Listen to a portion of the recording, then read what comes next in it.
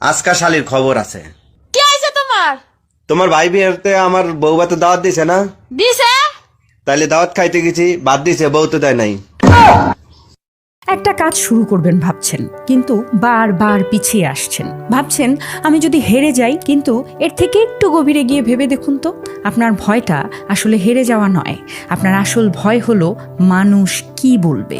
যদি আপনি ব্যর্থ হন, তাহলে পাড়ার লোকে কি ভাববে, আত্মীয়রা তো সমালোচনা করবে। আপনার নিজের স্বপ্নের চেয়ে চারপাশের এই চেনা মানুষগুলোর মতামত আপনার কাছে বেশি বড় হয়ে গেছে। কিন্তু মজার ব্যাপার কি জানেন? এই মানুষগুলো আপনার খারাপ সময়ে কখনো পাশে এসে দাঁড়াবে না। তারা শুধু দূর থেকে বিচার করতে ভালোবাসে। অন্যের কথার ভয়ে নিজের জীবনটা নষ্ট করা বন্ধ করুন। মানুষ কি বলবে এটা যদি আপনি ভাবতে শুরু করেন, তাহলে আর মানুষের ভাবার জায়গাটা কোথায়? এখন বলুন তো, এই ভয়টা কি আপনাকেও আটকে রেখেছে? হ্যাঁ অথবা না লিখে কমেন্ট বক্সে জানাতে পারেন।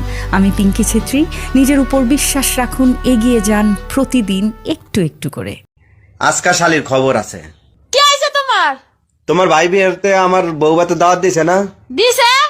তাইলে দাওয়াত খাইতে গেছি, বাদ দিছে, বউ তো দেয় নাই। যাদেরকে আপনি কঠিন সময় থেকে তুলে এনেছেন তারাই একদিন আপনাকে আঘাত করবে, কারণ মানুষের কৃতজ্ঞতা বোধ খুব ক্ষণস্থায়ী। আপনার করা ত্যাগগুলো তাদের কাছে একসময় অজুহাত বা প্রয়োজন মনে হতে পারে। তারা ভুলে যায় সেই দিনগুলোর কথা, যখন আপনি নিজের স্বার্থ বিসর্জন দিয়ে তাদের পাশে দাঁড়িয়েছিলেন। আমি যদি নতুন জামা কাপড় পরি, আমার আশেপাশের হতিনেরা এরম করে থাই, নতুন জামা কাপড় পরা পছন্দ করে না, হিংসা করে আমারে। বিয়ে তো সব মেয়ের হয়, কিন্তু সুখী হয় কয়টা মেয়ে? আসলেই বিয়ে পর মেয়েরা ভাবে পৃথিবীতে সবাই কষ্ট দিলেও নিজের স্বামী কখনো কষ্ট দিবে না। একটা সত্যি কথা কি জানেন? দিন শেষে স্বামীর থেকে বেশি কষ্ট আর কেউ দেয় না। আপনার মন আপনাকে রোজ সংকেত দিচ্ছে যে এই মানুষটা আপনার জন্য ঠিক নয়, অথচ ফোনটা হাতে নিলেই কেন জানি আপনি আবার সেই পুরনো মায়াতেই আটকে যান, তাই না? আপনি খুব ভালো করেই জানেন সম্পর্কটায় আপনি আর ভালো নেই। সম্মান, মানসিক শান্তি সব অনেক আগেই হারিয়ে গেছে। তাও আপনি মুখ বুঝে সব সহ্য করছেন এই ভেবে যে একদিন হয়তো সব ঠিক হয়ে যাবে। কিংবা ভাবছেন এত বছরের সম্পর্কটা এভাবে শেষ করে দিলে লোকে কি বলবে। কিন্তু একটা নির্মম সত্য আপনার বোঝা দরকার, নিজের জন্য হলেও। যে মানুষটা আপনাকে বারবার ভাঙতে পারে, সে কোনোদিন আপনাকে ভালোবাসেনি বা আপনার ভালো চায়নি। আপনি আসলে ওই মানুষটাকে ভালোবাসছেন না, আপনি ভালোবাসছেন তার সাথে জড়িয়ে থাকা পুরনো স্মৃতিগুলোকে। সাথে আপনি নিজেও ভয় পাচ্ছেন এই অভ্যেসটাকে, কিভাবে থাকবেন, কিভাবে বাঁচবেন।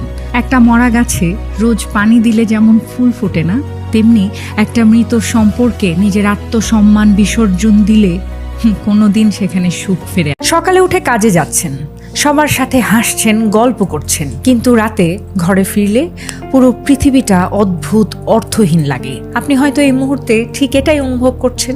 বাইরে থেকে দেখলে মনে হবে আপনার জীবন একদম পারফেক্ট, কোনো অভাব নেই। কিন্তু আপনি জানেন আপনি কিভাবে বেঁচে আছেন, শুধু দিন পার করছেন। বড় কোনো দুঃখ নেই ঠিকই, কিন্তু ভেতর থেকে সেই আসল হাসিটাও আর আসে না।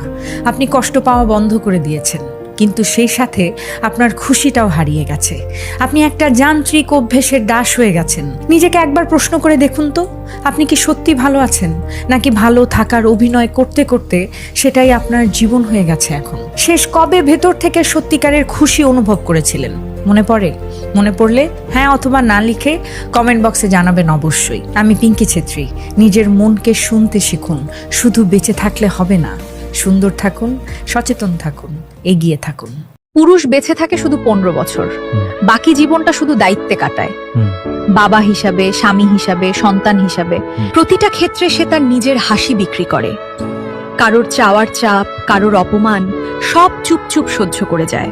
এই মানুষটারও মন আছে, সে কান্না করে কিন্তু শব্দ হয় না। তারা মরে না, কিন্তু ধীরে ধীরে ভেতর থেকে শেষ হয়ে যায়।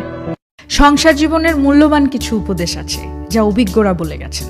ঝগড়া হবেই, কারণ আমরা মানুষ, কিন্তু সেটা যেন কখনো সম্পর্কের সৌন্দর্য নষ্ট না করে। ভুল বুঝাবুঝি হবে, তবে আলাদা ঘর, আলাদা বিছানা, এভাবে দূরত্ব তৈরি করবেন না। ঝগড়ার সময় মনে রাখবেন, আপনি যে ইস্যু নিয়ে ঝগড়া করছেন সেই ইস্যু কখনোই আপনার স্বামী স্ত্রী থেকে বড় নয়। তাই রাগান্বিত অবস্থায় চুপ থাকা অনেক সময় জয়ের চেয়েও শক্তিশালী।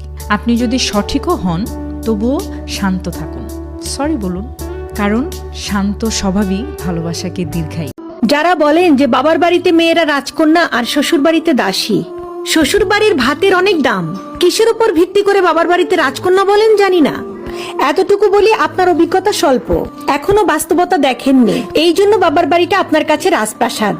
অল্প বয়সে বিয়ে না হয়ে 30 বছর পর্যন্ত অবিবাহিত হয়ে ঘরে থাকেন, দেখেন ভাতের নলা গলা দিয়ে নামে কিনা। প্রতিবেশীর অল্প বয়সী মেয়েটা যখন বাচ্চা কোলে নিয়ে আপনার সামনে দিয়ে হাঁটে তখন কেমন অনুভূতি হয়? আপনার জন্মদাত্রী কিভাবে আপনাকে কলিজা ছেঁড়া আঘাত করা খোঁটা দেয় বয়স বেশি হয়ে যাওয়ায়? কোনোদিন প্রতিবেশীর সেই খোঁটা শুনেছেন? ডিভোর্সি মেয়ের অবস্থা দেখবেন, জামাই বাড়িতে অশান্তি হোক সবাই বলবে চলে আসো, আমরা আছি। 2 দিন বাপের হোটেলে খেয়ে দেখেন, গলা টেনেও সেই ভাত নিতে পারবেন না। আপনি যে আদরের কন্যা, দেখেন আপনার কিং বাবা আর কুইন মা উঠতে বসতে কিভাবে খোঁটা দেয়। আর যদি ভাইয়ের হোটেলে খান ওইটা ভাত মনে হবে না, বিষ মনে হবে। আর আপনি যদি কালো হন আর কি বলবো, জন্মের পর থেকেই দেখবেন